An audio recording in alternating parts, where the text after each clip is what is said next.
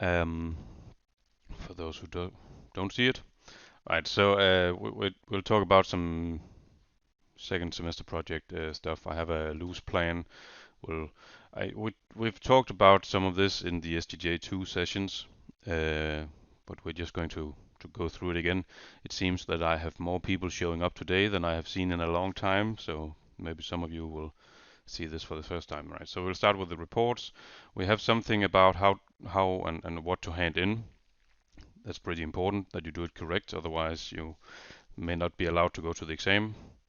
I sent you an email about the second sprint hand-in, and we have talked about the exam. Maybe we'll talk about it again.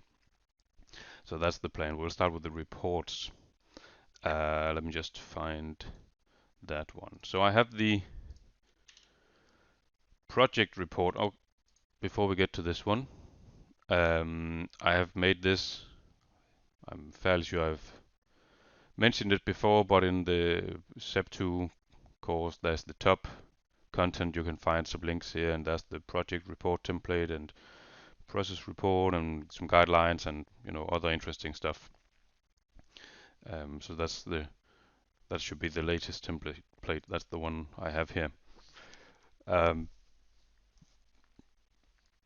so these are the sections, and we're going to add a bit more detail to each section, so you know what to put in and how to structure the report. That's the idea.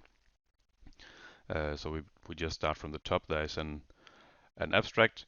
You should know from last semester on how to write an abstract, and there is a few guiding points here, so I don't want to spend too much time on that. The introductions, I hope, is also somewhat straightforward.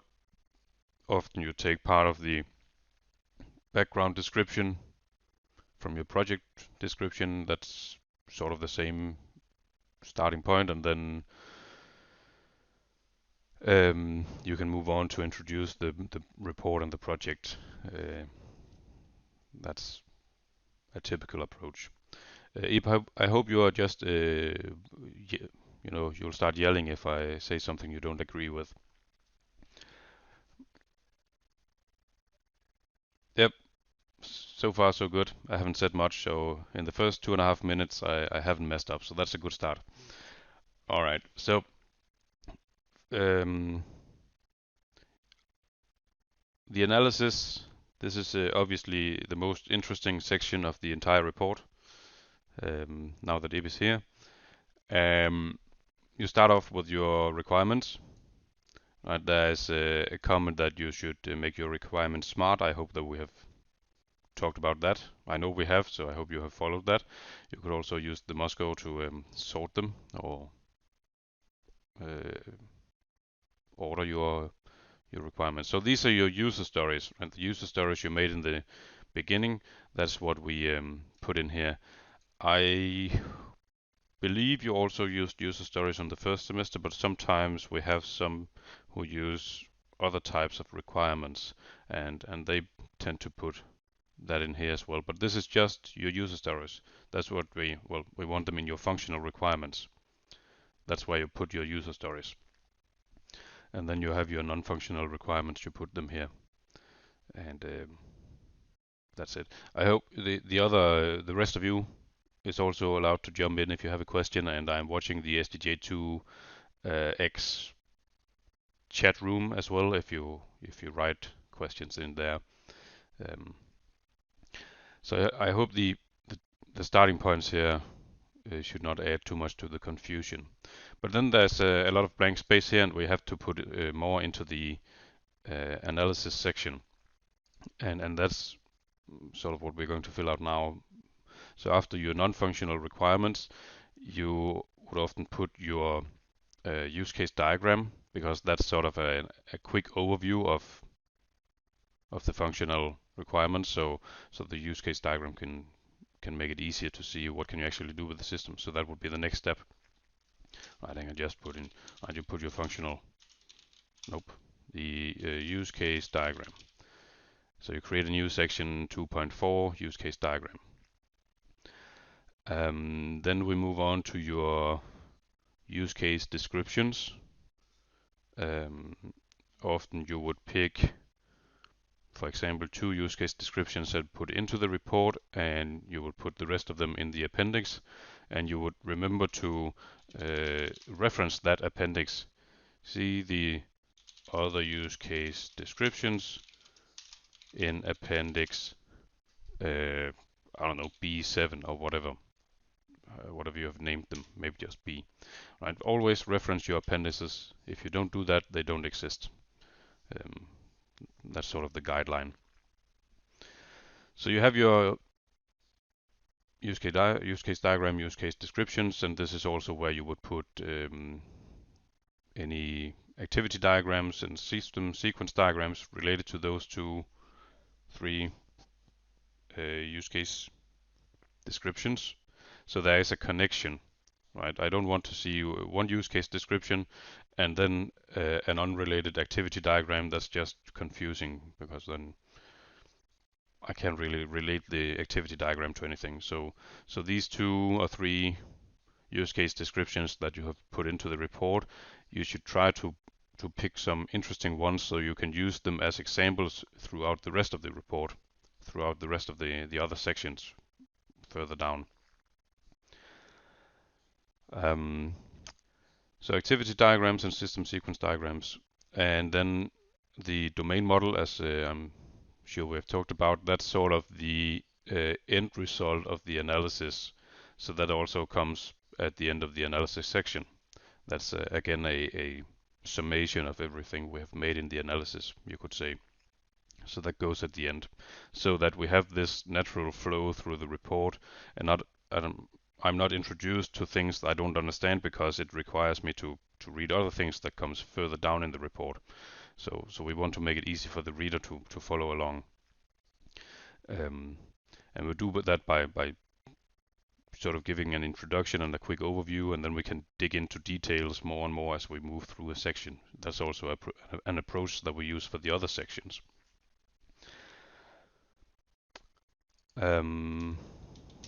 So other diagrams, and then your domain model at the end, right? All right. Any questions so far? All is quiet. All right.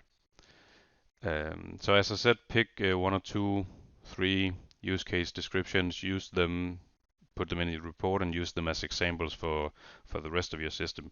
So maybe the how to log in is not that interesting, because that's usually very simple. So you pick one of the interesting ones, one of the more important ones of your system. That's often a good approach.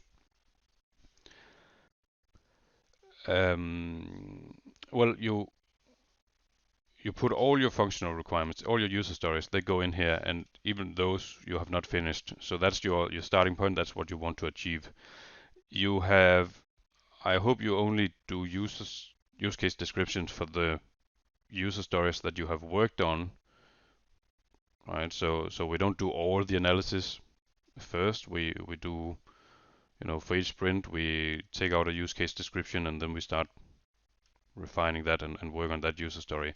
So you put some of the use case descriptions that I mentioned, pick for example 2 or 3, and then put the rest of your use case descriptions into the appendix descriptions. Does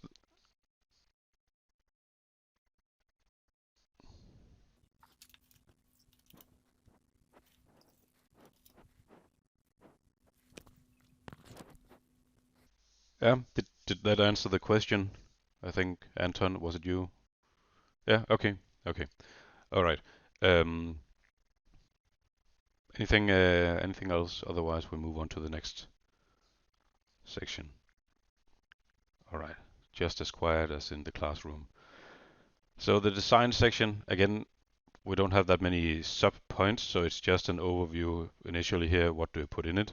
And we see many different ways of doing that. But again, if I scroll up here, right, there's a natural reading order in your report. First an introduction, and then some if I were to move these sections around, it would be very confusing, because I don't have if I start reading the test, then I don't have the information currently to understand the tests. And basically, we want to apply that principle to as many places as we can. So we also need a natural reading order in our design section. And that often means giving us a simple low detailed overview. So a deployment diagram is a good start for the design section to give me an overview of what does the system look like, and then we can zoom in on details from there.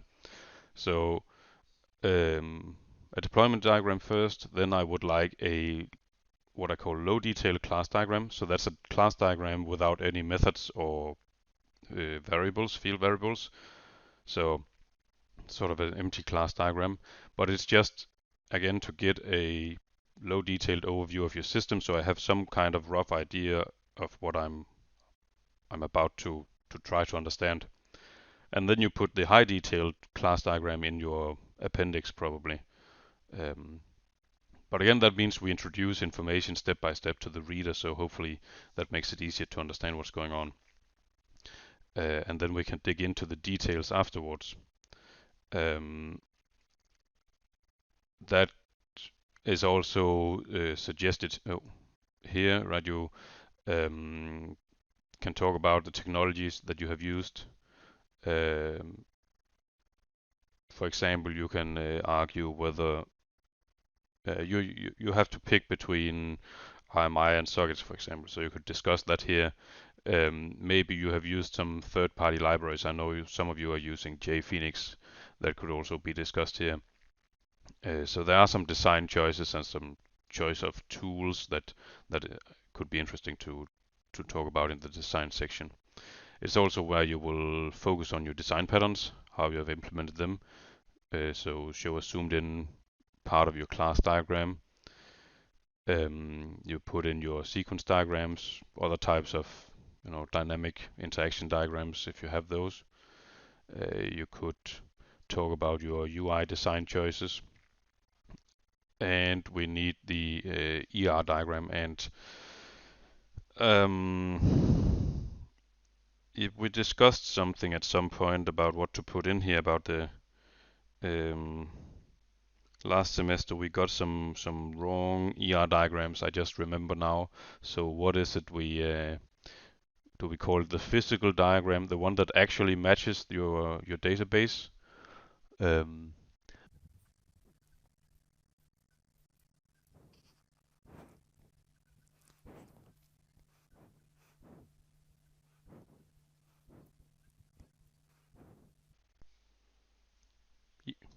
Yes, that's exactly what I'm trying to say, because sometimes we see these abstract models and they don't really say anything about how was the database implemented, and we want that diagram to say so that I can see how did you implement your database, because sometimes, as it mentions, if you have a one-to-many or many-to-one or many-to-many, you have various choices.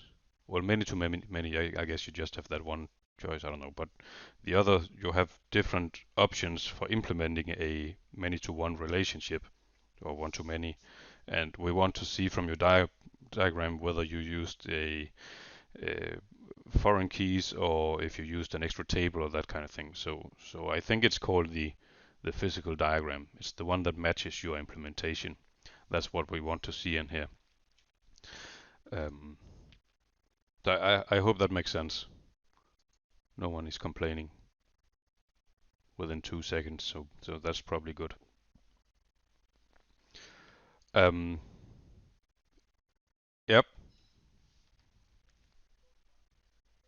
Yeah.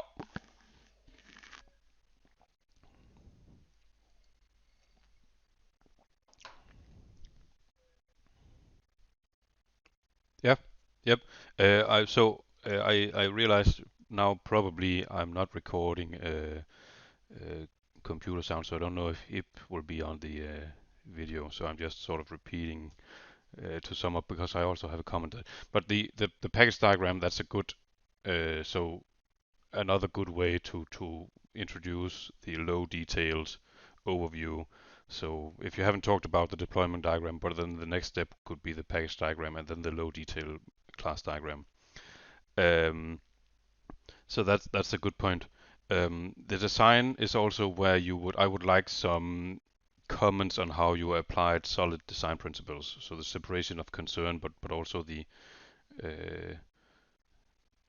the other parts of that could also be discussed in the design.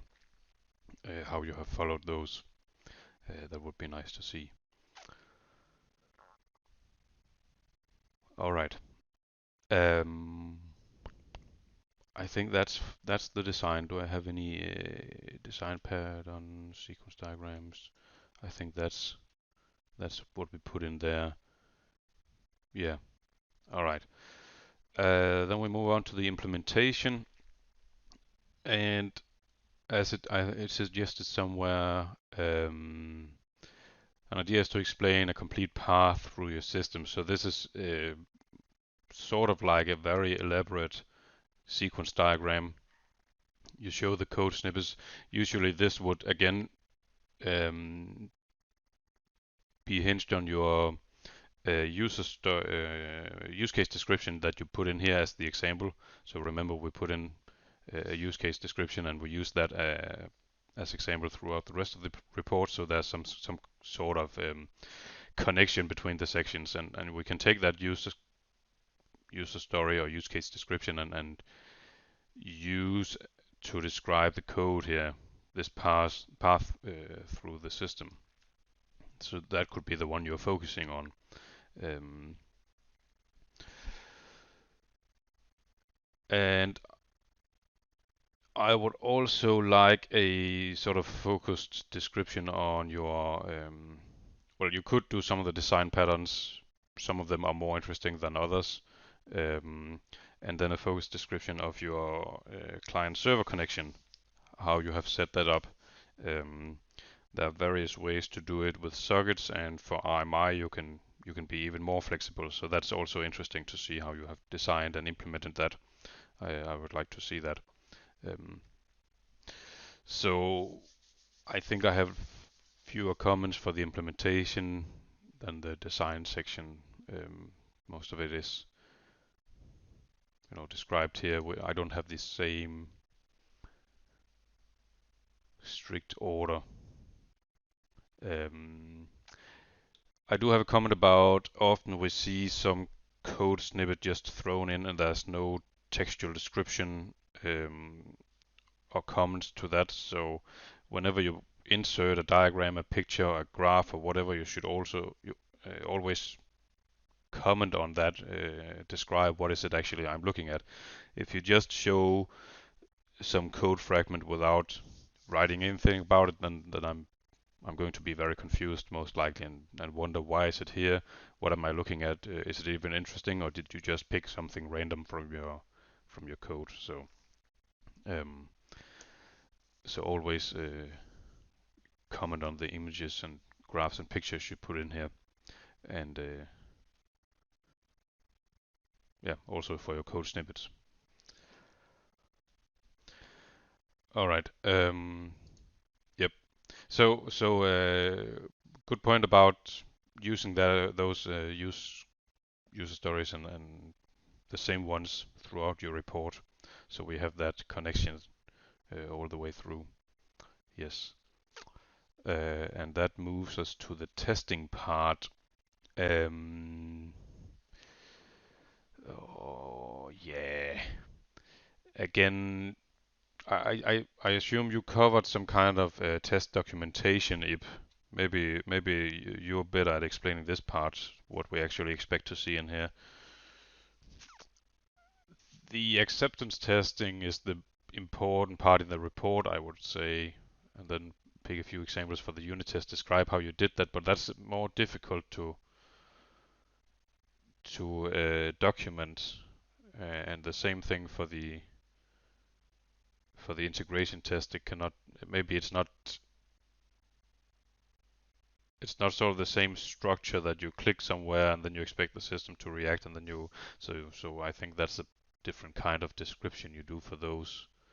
I don't know if you have a formalized approach to that, if you've seen that in software engineering. Um, Often I would expect that your unit test class has the sort of required information to understand your unit tests. Um, you may have something, you can create accounts, and there are some rules on um, what is allowed as a username and a password and that kind of stuff. So that's some business logic. There's some rules in place, and those are tiny units. So those could be an example of what to unit test. We did something. I had a similar exercise last week for unit testing. Um,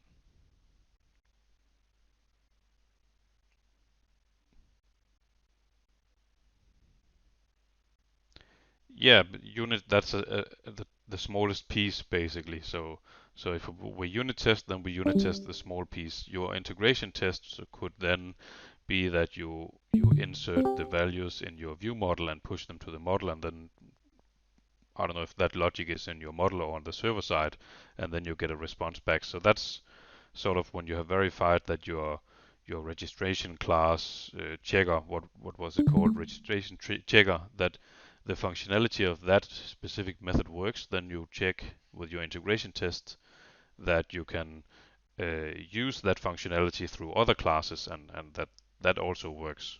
So you're sort of putting small pieces together into a larger piece, and then you test the larger piece. That's what you're doing with the integration testing. So um, the unit testing is just the sort of centralized or important logic at the end, if that makes sense. Um, because then we have reached the results and discussion. Um, so here you state what have you actually done. I guess we expect some kind of table where you just mark which of the user stories are actually working, um, and then you add a few comments to that. Um,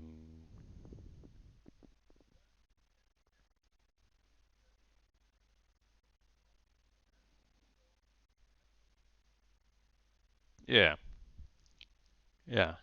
Sometimes you get stuck trying to implement some functionality you want, and in order to not be stuck for a long time, you just do a slightly less good way of doing that just to move on. So it's sort of working, but not exactly like you wanted it to. So you could also uh, add that to the discussion that you would have liked to solve it in a different way, but uh, for now you did it like this, for example.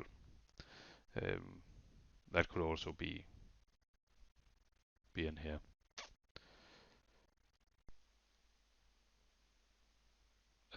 Conclusion. I don't know if there's much to say about that. Compile the results from each section. What did you set out to do, and what did you actually achieve? Did the project fulfill the requirements? Um, so yeah, you conclude upon the project, and then you have a project future. So yes, I guess if you had more time, what would you do with the project, basically? Um,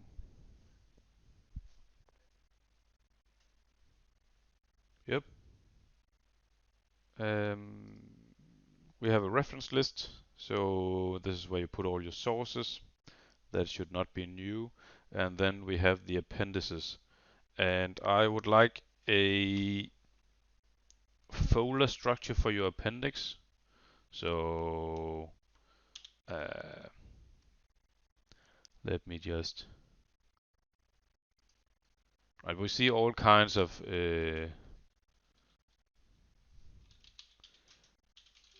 ways of structuring the appendix, and some are more confusing than others. So if I have my folder for the SEP, you would have your report, and you have a folder for the project appendix. What happened? Interesting. Right, come on. Right, and you have another folder for your process report appendix. The one here, process appendix. And in these you have appendix, well, maybe you just call it A. This could be your source code. And then you have B, your use case, descriptions, and so on. Right, so organize things into folders, give them a letter so they are identifiable, and give them a name so I can see what's inside this folder without having to look through it. And then you do the same thing for your process appendix. So that it's organized in some kind of structure so that we can actually figure out what's in your appendix. That's also easier to reference from your report then. You can just say the rest of the use case descriptions are in Appendix B. Right? You can find the source code. Yeah. All right. So you show an overview of your appendices and you organize them in a nicely structured manner. Then we will be very happy. And project description, we don't really want to see that here actually, do we? That's usually an appendix also, but not in the report. So you just put your project description in here, appendix C project. Okay. Yeah. So a table of content similar to what you have initially. So we can see. Yep. All right. So that's the project report. Any questions about that so far? Other comments? Because we also have a process report that will be a bit shorter. Yes. Yeah.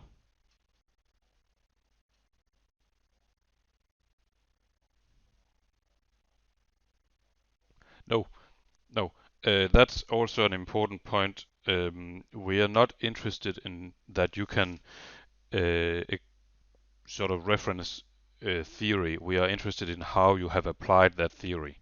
So if you state that you have used an observer design pattern, then the interesting part is that you're showing how you have done that and discuss why you use the observer design pattern. But what an observer design pattern is, if it's something that we have covered in the courses, then then you should expect that we actually know what you're talking about. If it's something else, if you find another design pattern on refactoring Guru, then you might want to give a reference to that so I can read what is that design pattern about if I need to. Uh, but you don't need to spend characters on describing what is a observer design pattern or what is IMI or that kind of thing. Um, so how and why, those are the questions we're interested in, not the what. Let's see. Right. So moving on to the process report. I hope that answered your question, Anton. Uh, don't spend time on the theory, but again, how you have applied that. And that's also very true for your process report. So let's see. Are these the guidelines? Maybe I need to open the other one. Where did I put that? Then let's. So I'm still recording. So let's assume that everyone is back, or they can watch what they missed on YouTube later. Yeah, I would assume so. We have a process report template. It is fairly boring because it's all just references to the guidelines. So, but this is the structure, right? There is a introduction where you give your introduction. There is some group description where you describe your group. You can reflect upon your project initiation and your project description. Right, reflection. It's not, you don't put in your project description, and then the project execution is the important part, I guess.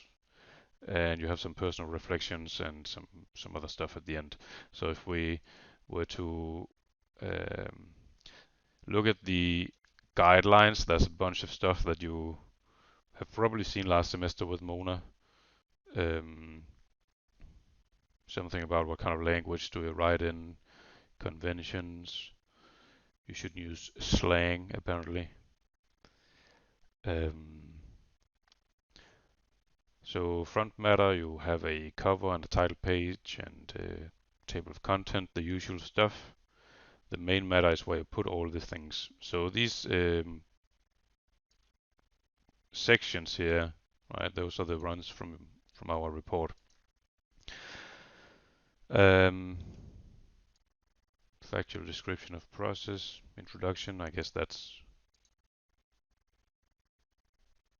I don't know if there's much to say about that. Um,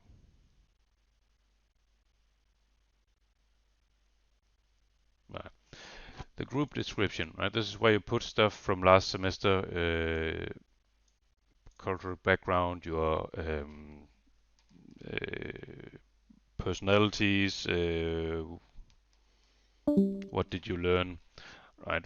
And again, just like the project report, we're not interested in you referencing and paraphrasing all kinds of theory. We are interested in how you have applied it. How did you consider your cultural background? What kind of effect did it have on your group and your teamwork? Same thing for your personalities. I had a group last semester. They were 4 yellow people, which was very clear from their project, and they discussed how that had affected them, and maybe they needed a little bit of blue at least. So that's the how you have used the theory. That's the more interesting point. Um, some reflection. I don't know if you jump in if you have more to add. I'm not really sure if we can. I have other stuff to say here. So the project execution. This is where you describe how you executed the project, obviously, and this is where you put in your Scrum. Right. So maybe not that much reflection. That's a minor part. The Scrum documentation is what will take up most of the project execution, and I hope you found the. I do have a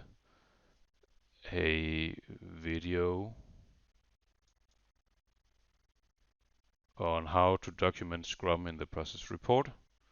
So that tells you what kind of structure and what kind of information we're looking for in the where did it go in the project execution. So you would put in your product backlog and your maybe your project burn down chart if you do that kind of thing, and then you will describe your sprints and the meetings and the sprint backlogs and all that kind of stuff that goes into the project execution, so we can follow along what you have done in your project. At the end of each sprint, you could do the reflection part on that sprint. Right, you could discuss how did that sprint go. Did you follow the rules of Scrum, or uh, should you change something? Um, so you could.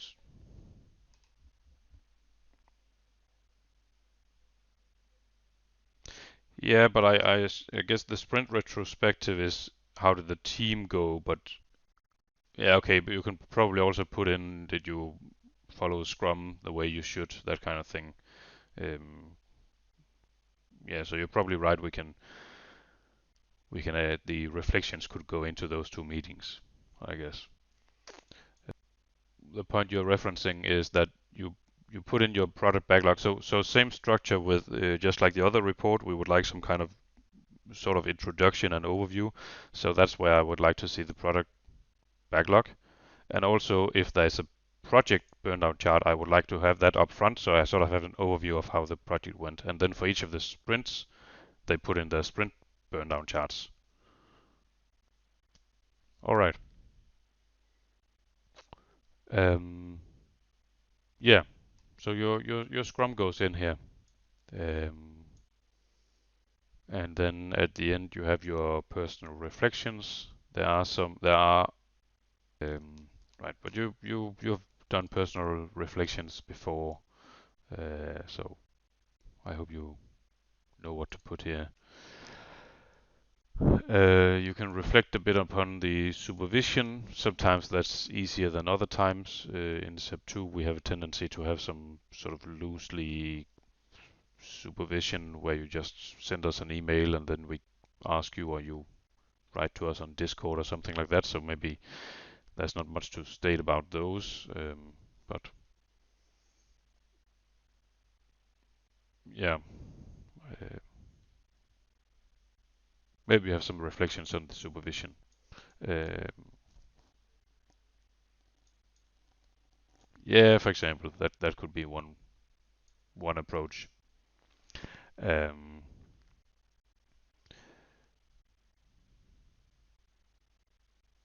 and some group summary at the end. Appendix A. Oh, yeah, okay, so that one. There is an Appendix A somewhere. Let's just see. Is it here?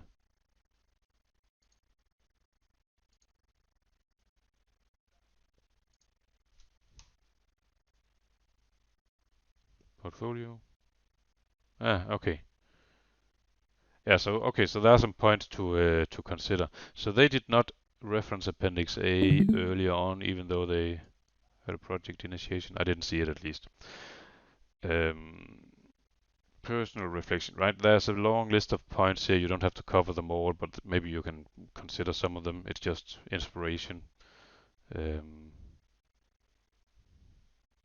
it's not a checklist,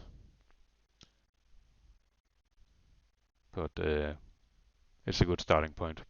Okay. Um, I guess that's the process report. Any comments or questions? Yep, I did remember one other thing. So we will add the announcement just to be sure. Right, I skipped this point here. I trust you saw it last semester as well, but we do have a guidelines. Is it in here? It's the same place as your post tape. Yes, right. Formalities, criteria for upload of SEP. So when you hand in your semester project, you make sure that you check it should also be how to hand in SEP. There's also a link, and it's here, right? So it's a small document. I trust you've seen it before last semester, I think. But if you do not follow these steps, then you may not, well, you may be rejected. So you don't go to the exam, and it's just you fail the project. Right? This one is important. The project and process report. You can write those in two documents when you work throughout the project, but in the end, you must put them together. So it's basically two documents in one PDF file, and obviously put names and student numbers on. So this is your main document, the one you hand in, and then there's a zip file with all the other stuff. For some reason, we see students mess up this. Last semester we had 8 groups, and 3 of the groups did not figure out how to do this. I told them multiple times, but um, I don't know. They would hand in a blank page and put the report somewhere else, or only put the project report. This is what you do. If you don't do this, you may not get to go to the exam. Right? We want to have it like that. We don't want all kinds of weird formats and try to put as much of his, at least the parts that make sense, put them in PDF. Again, have a clean, nice structure in your appendix so I don't have to sift through all kinds of various documents and figure out what is it actually you're trying to reference. Um, Obviously, your source code should be in relevant format. You just zip your source folder um, and include relevant resources if you're using images or that kind of thing. Third-party libraries, you include that as well. The project description goes in the appendix. We would like your diagrams in not PNG or JPEG. We want them in SVG. I guess PDF format is also sort of okay, but SVG because it's scalable.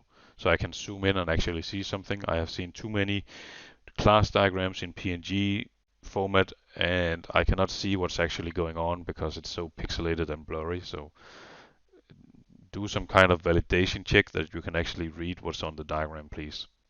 And we want all your ASTA files. And you have to make a user guide.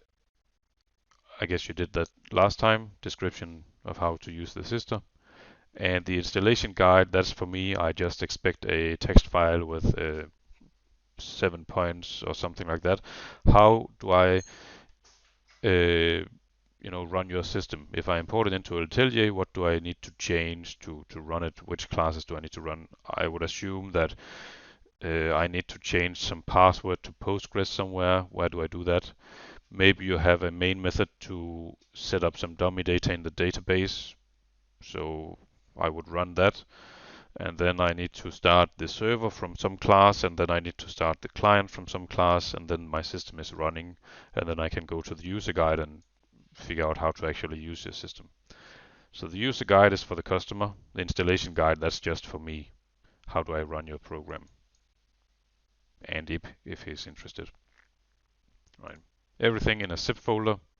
We don't want other stuff. You should all have 7-zip. I think that was part of the software you got initially, or you can download it again.